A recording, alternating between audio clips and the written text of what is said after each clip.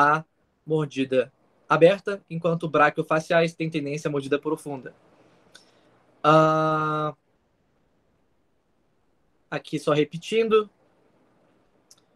O tipo facial consiste em uma característica predominante genética, sobre o qual o ambiente e as mecânicas ortopédicas ortodônticas exercem pouca influência. Então não tem muito que você possa fazer se você nasce com um tipo de perfil. Você sempre vai ter esse tipo de perfil. Padrão esquelético facial é um padrão importante também. Por quê? Vamos puxar já um pouquinho de cefalometria aqui. Vocês lembram o que é o ângulo SNA e SNB? Ângulo SNA e SNB. O SNA é a posição da maxila em relação à base do crânio, e o SNB mede a mandíbula em relação à base do crânio. O nosso SNA tem como padrão 82 graus, com uma variação de mais ou menos 2 graus. Então, uma pessoa que tem 84 graus, ela está normal.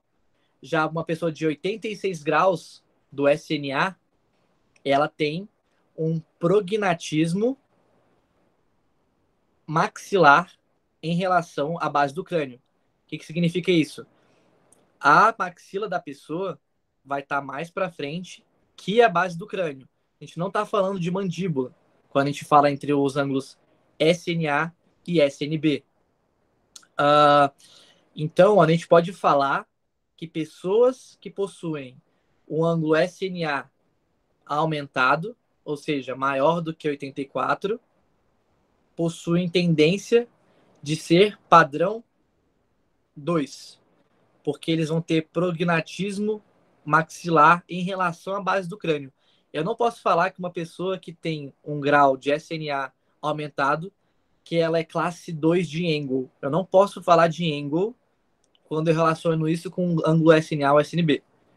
Se eu estou falando do ângulo SNA, eu estou falando de relação da maxila em relação à base do crânio. E a única coisa que eu posso falar é do padrão facial. Ok? Então, não confundir padrão facial com classificação de ângulo. Por mais que possa parecer, e normalmente pessoas padrão 1 estão em classe 1 de ângulo, padrão 2 normalmente estão classe 2 de ângulo, e padrão 3 também estão classe 3 de ângulo. Eu não posso afirmar isso quando eu falo de cefalometria. Ok? Temos padrão também de face longa e padrão de face curta. Padrão 1.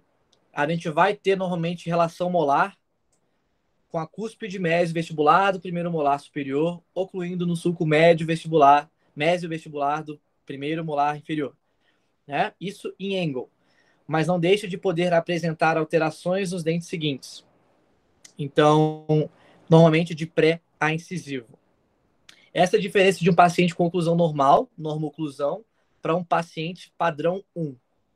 Então, vamos lá. Nem todo paciente que é padrão 1 vai ter uma normoclusão. Por quê? Normoclusão. Ai, peraí, que tem gente tentando entrar.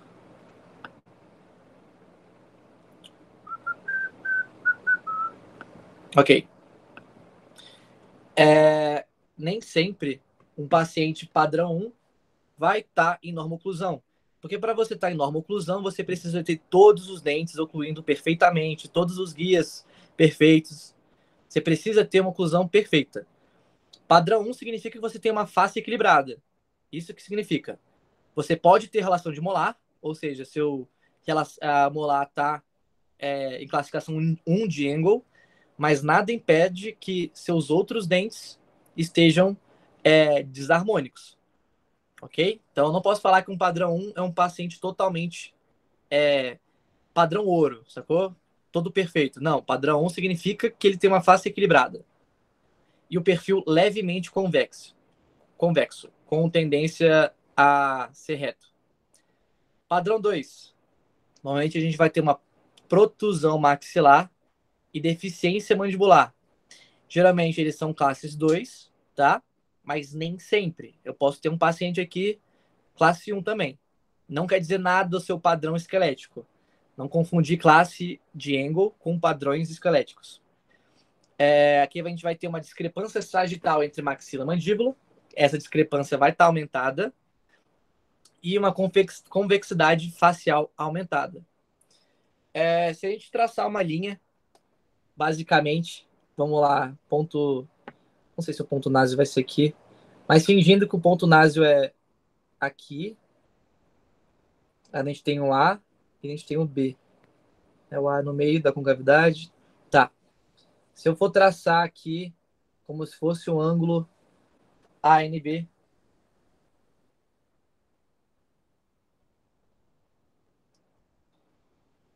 Tá, vocês estão me escutando?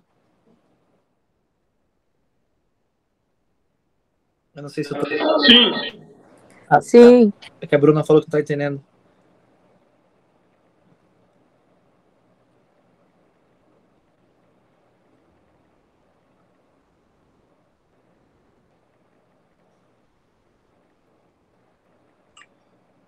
Minha voz tá travando ou é só pra Bruna? Não, ela falou que tava cortando. Ah, tá. Também cortou um pouquinho.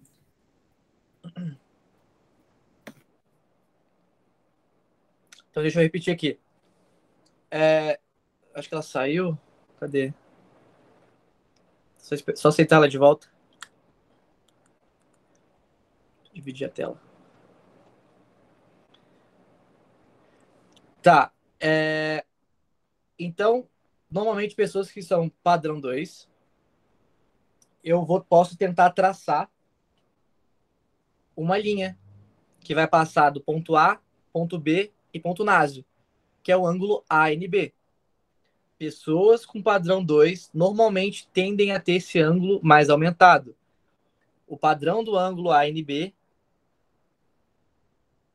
é de 2 graus. Então, quanto maior for esse ângulo, com mais ou menos 2, tá? De normalidade. Então, quanto maior essa distância, maior for esse grau, significa que eu vou ter uma maior discrepância entre maxila e mandíbula. Isso é exatamente o que o ângulo ANB fala pra gente, certo? Então, se eu tenho um ângulo ANB igual a 4, significa que essa distância aqui está bem mais elevada. Se eu tenho um ângulo ANB 6, mais ainda, entendeu? 6 já é considerado um padrão 2, porque já deixa de ser normalidade. 4, você está no limite de um padrão 2 para um padrão 1. Aqui, eu vou ter como se fosse quase zero. Se você traçar uma linha entre o nasio e o... Nossa, que horrível. Mas, enfim, o seu ângulo ANB vai ditar sobre o seu padrão esquelético. Beleza? Padrão 2, a gente vai ter normalmente convexidade facial aumentada. Padrão 3, a gente vai ter discrepância sagital entre maxila e mandíbula também. A gente ainda está falando de ângulo ANB aqui, mas a diferença é quando a linha... Pô, eu não consigo fazer linha reta. Deixa eu trocar aqui. Quando nossa linha AB passa da linha... Nossa linha NB passa da linha NA, o sinal fica negativo.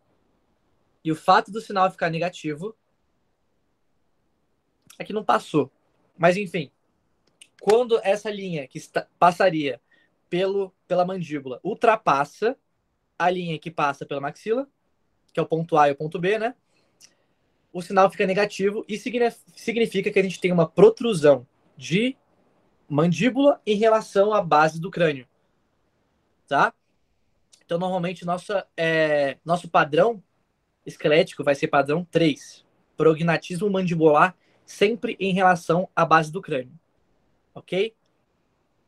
A gente vai ter agora convexidade facial reduzido, ou seja, um perfil côncavo. Pacientes com face longa têm um excesso de altura facial, Normalmente aqui são pacientes dólico-faciais, enquanto pacientes com face curta, brachiofaciais. Beleza? Discrepância entre o dente e o osso. A gente tem o apinhamento, que é pouco espaço, ou diastemas generalizados. A gente já entra aqui para falar de arco de Balme. Então, vários diastemas é o melhor que a gente quer, que é tipo 1 de Balme. E apinhamento, ou seja, pouco espaço, tipo 2 de Balme. Vamos lá, coisa que importa. Que não, isso aqui eu acho que não vai importar. Não, não. Anomalia não. Não cai nenhuma questão. Beleza. Agora, por como que o ambiente pode mudar aí o nosso padrão esquelético?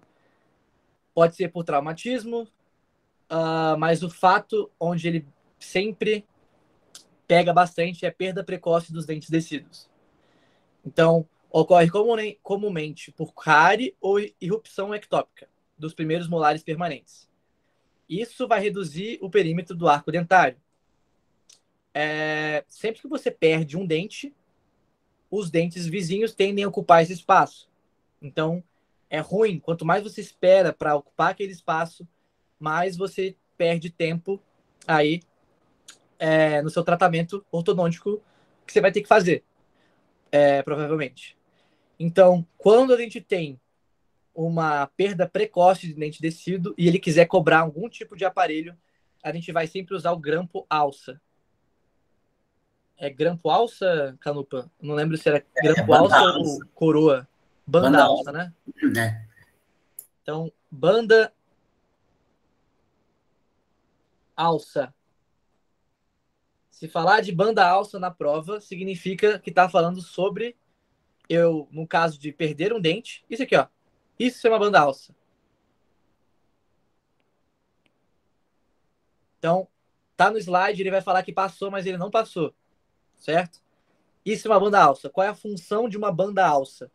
Banda alça, ela impede que os dentes vizinhos distalizem ou mesializem para ocupar o espaço do dente perdido.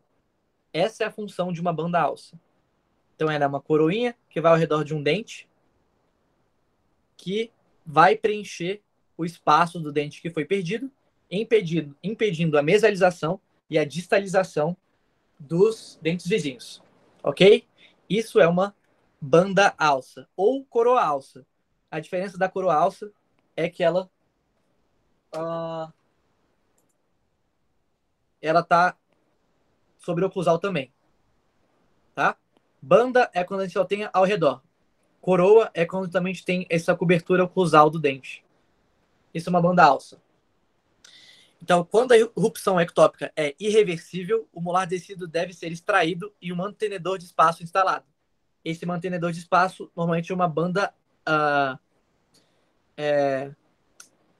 alça. Perda dos dentes permanentes. Fatores de estabilidade da posição dentária são perdidos. Então, vai ter um colapso na oclusão. Então, isso vai gerar perda de contato oclusal, tendência de extrusão do dente antagonista. Então, o dente sempre vai tentar alcançar um ponto de contato, que vai ser provavelmente a gengiva. Isso vai fazer com que ele extrua. Ou perda de contato proximal. Então, os dentes vão tentar sempre angular para ocupar o espaço.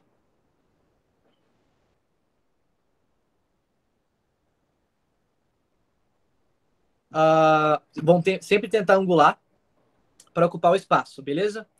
Isso vai gerar sempre um colapso da oclusão.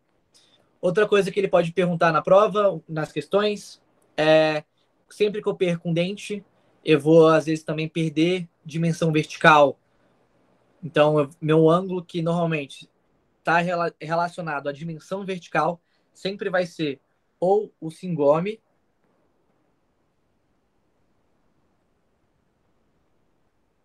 ou o FMA, ou o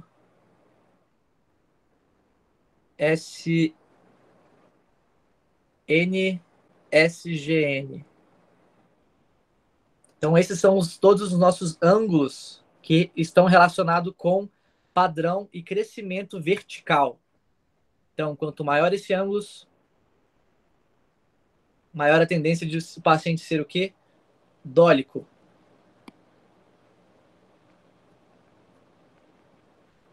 Quanto menor esses ângulos, maior a tendência do paciente ser bráquio.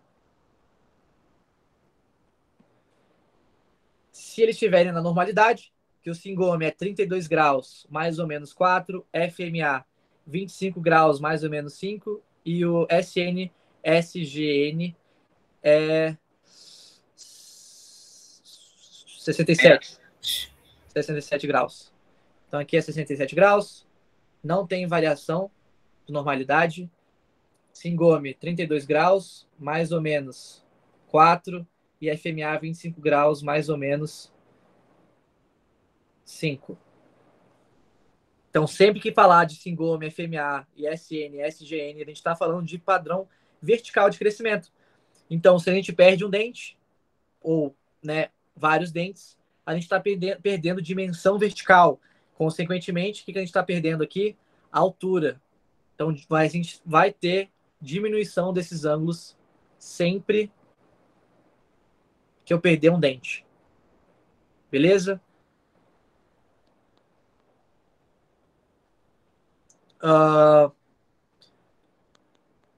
Aqui. Tá, hábitos bucais deletérios. A gente tem a sucção digital, uso de chupeta, interposição lingual, sucção e mordida de lábio e respiração bucal. Esses hábitos desequilibram o mecanismo bucinador. Então, aqui mostrando como é que funciona o mecanismo, não vai cair. O que a gente precisa saber aqui, como que esses hábitos vão interferir no nosso padrão esquelético. Então, chupeta e sucção digital vão ser obstáculos mecânicos e impedem a irrupção dos dentes anteriores. Então, sempre que eu vou ter chupeta ou sucção digital, normalmente eu vou ter uma mordida aberta anterior. Beleza? Falou de chupeta ou sucção digital, mordida aberta anterior. Qual o perfil esquelético que a gente tem maior tendência de mordida aberta anterior? São perfis dólicos. Então, eu posso nascer mésio, porque a minha genética me fez nascer mésio facial ou até bráquio. Só que, se durante minha infância toda eu chupei o dedo e usei muita chupeta, meu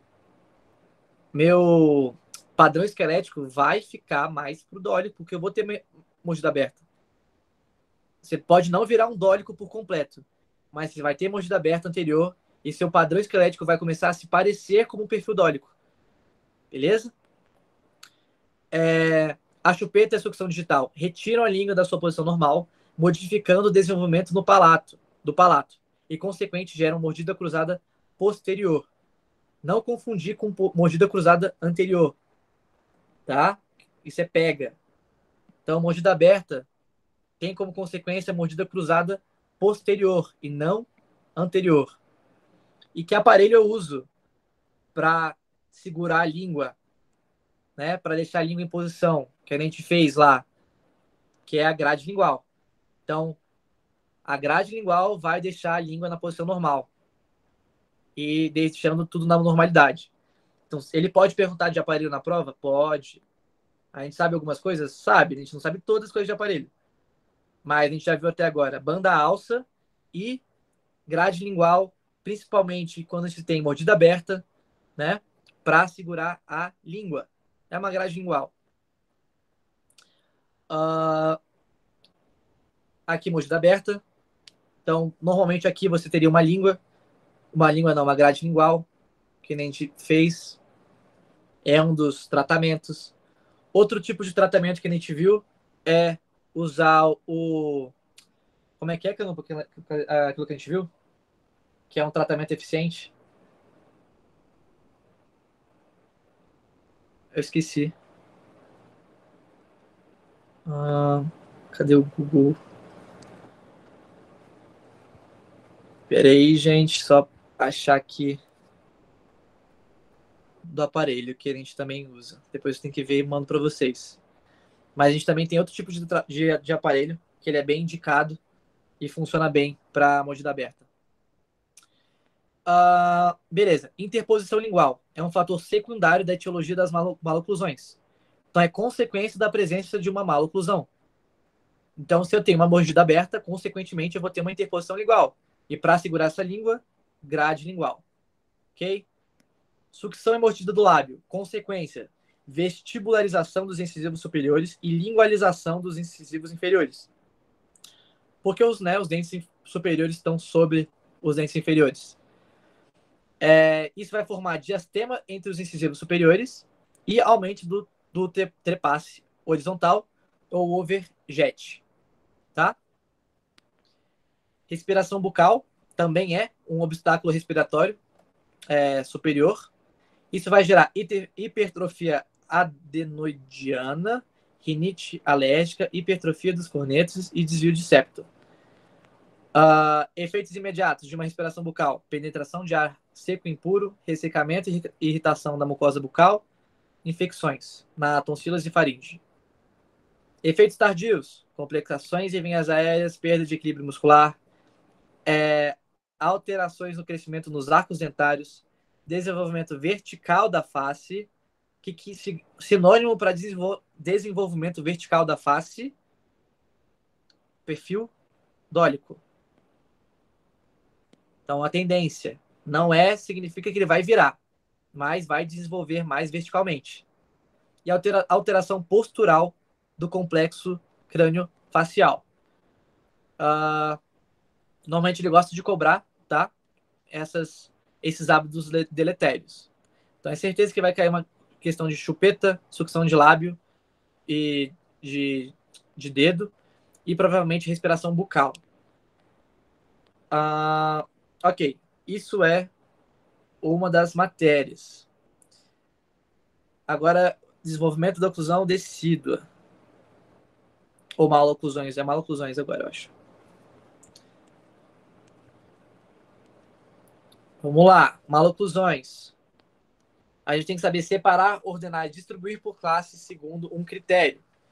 Então, antes a gente estava falando de perfil esquelético. Agora, a gente vai fazer avaliações de acordo com alguém. Então, não pode ser por causa do esqueleto de alguém. Isso aqui é uma classificação de Engel com base em dente. Qual é o fator de Engel? Ele está olhando chave de molar, sempre. Então, sempre vai se basear na relação antero-posterior entre os primeiros molares permanentes. Beleza? Classificação de Engel. Classe 1, 2 e 3. Classe 1, relação antero-posterior normal entre os arcos superiores e inferiores e evidenciada pela chave de molar. O que é chave de molar? Sinônimo de chave de molar. A cúspide mesovestibular do primeiro molar superior oclui no sulco mesovestibular do primeiro molar inferior. Isso não significa que a gente não vá ter outros problemas na oclusão. Então, você pode ter uma boa chave de molar, perfeita, só que o resto da sua arcada é toda problemática. Beleza? Principais problemas relacionados à classe 1 de Engel. Falta de espaço. Então, normalmente tem ou apiamento ou diastemas. Então, vai ser dois extremos. Ou vou ter muito espaço ou vou ter pouco espaço. Vou ter também má posições dentárias individuais. Mordida aberta. Mordida aberta, a gente já traz tudo aquilo que a gente conversou. Sobremordida, mordida cruzada e biprotusão. Agora, apinhamento e diastemas. A gente relaciona com arco do tipo de Baum. Diastema, tipo 1. Apinhamento, tipo 2. Beleza? Classe 2 de Engel. Então, a cúspide mesovestibular do primeiro molar superior oclui a frente do sulco mesovestibular do primeiro molar inferior. Então, a gente vai ter o primeiro molar inferior distalmente ao primeiro molar superior. Então é a mesma coisa que eu falar de disto-oclusão. Normalmente, um paciente de classe 2 de Engel, ou ele vai ser divisão 1 ou divisão 2. Divisão 1 é quando a gente tem inclinação vestibular de todos os incisivos superiores. Então, vestibularização dos incisivos superiores. Divisão 2 é sem inclinação vestibular dos incisivos superiores, que estão verticalizados ou lingualizados. Então, a gente vai ter lingualização dos centrais e vestibularização dos laterais. Beleza? Divisão 2. Lingualização dos centrais e vestibularização dos laterais. Mas é isso. Mas verticalização é a mesma coisa que lingualizar, tá? Não pode confundir verticalizar com vestibularizar.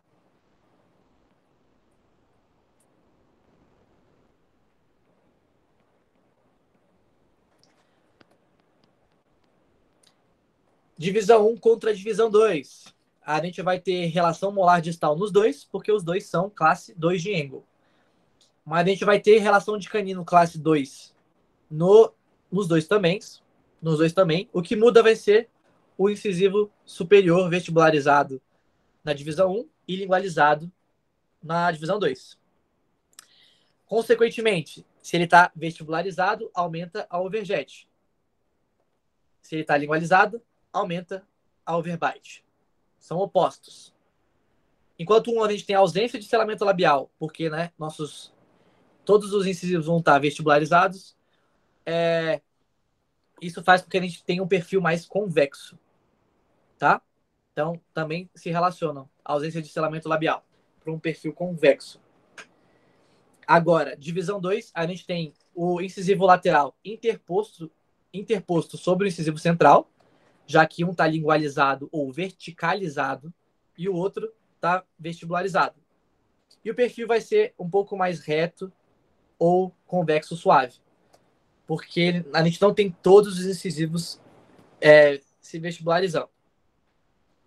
Quando a gente utiliza essa subdivisão, é só falar o lado que ela aparece. Então, por exemplo, classe 2 apenas de um lado significa direita ou esquerda. Então, eu tenho um classe 2 direito ou subdivisão esquerda. Eu posso falar ou não subdivisão. Mas o professor falou que a gente sempre fala, tá? Normalmente sempre fala. Então, classe 2 de Engel, subdivisão 2, direito. Significa que eu sou só, como é que é o nome? Só classe 2 no lado direito. Beleza? Classe 3, enquanto um era disto-oclusão, agora é mesio-oclusão. Então, a cúspide mesio vestibular vai ocluir no sulco mesio vestibular. Ok?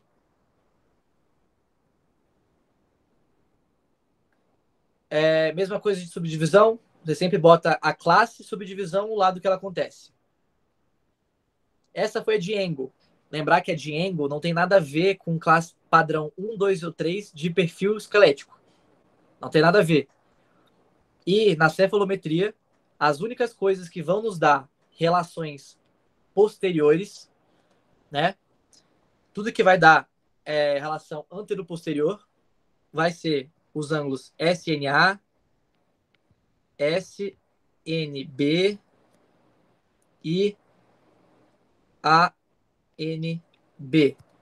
Esses ângulos vão dar o quê, Dudu, que você falou? Se ele pedir relações antero-posteriores, né? O que significa isso? Ele vai falar para julgar ou descreva, né? Fale sobre as alterações ou como é que é as relações antero-posteriores do paciente. O que significa? Ele quer saber como é que é seu padrão esquelético posterior. Então, sempre que ele falar de relação antero-posterior, eu estou falando desses três ângulos. SNA, SNB e ANB. Se eu falar de SNA, eu estou falando da relação da maxila em relação à base do crânio. Se eu falar de SNB, mandíbula em relação à base do crânio. E ANB, eu estou falando da maxila em relação à mandíbula. Ou mandíbula em relação à maxila. Tanto faz. Beleza? Então, SNA média 82, mais ou menos 2. SNB 80, mais ou menos 2. E ANB 2, mais ou menos 2.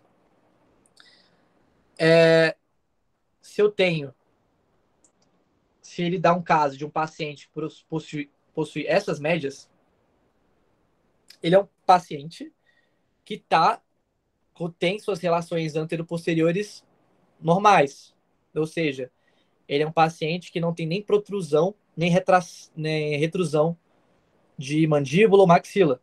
E elas, uma relacionada à outra, estão normais. Então, uma resposta completa. Meu ângulo SN, de acordo com o ângulo SNA, a maxila se encontra normal em relação à base do crânio. A mandíbula também se encontra normal em relação à base do crânio.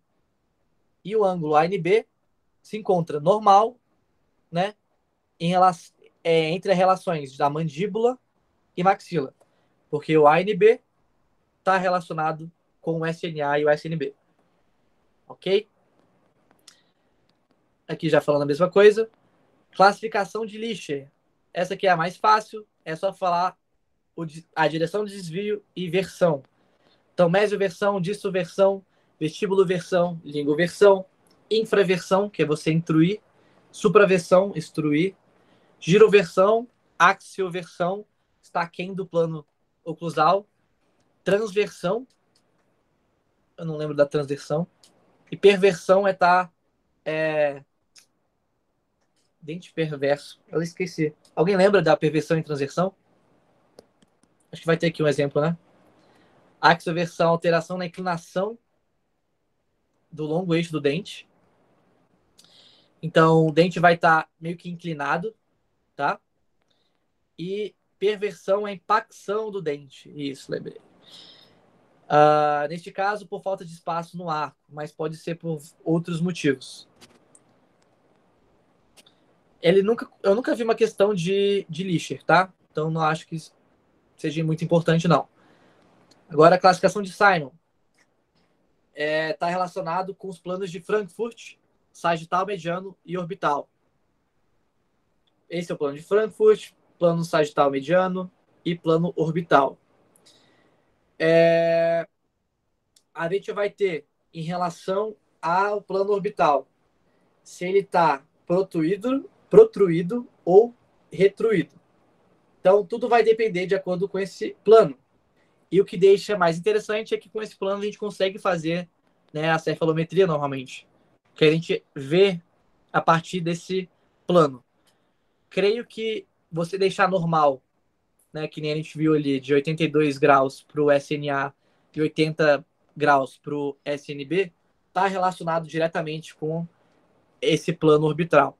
Mas isso aqui também não é muito... não tem como cair em prova, porque a gente precisaria de muita coisa... Seria muito fácil. Ele vai falar sobre isso, mas relacionado à cefalometria. Então a gente não precisa saber de protusão, retração, de acordo com Simon. A gente só precisa saber de cefalometria dos ângulos SNA, SNB e ANB para falar se está em retrusão ou protrusão.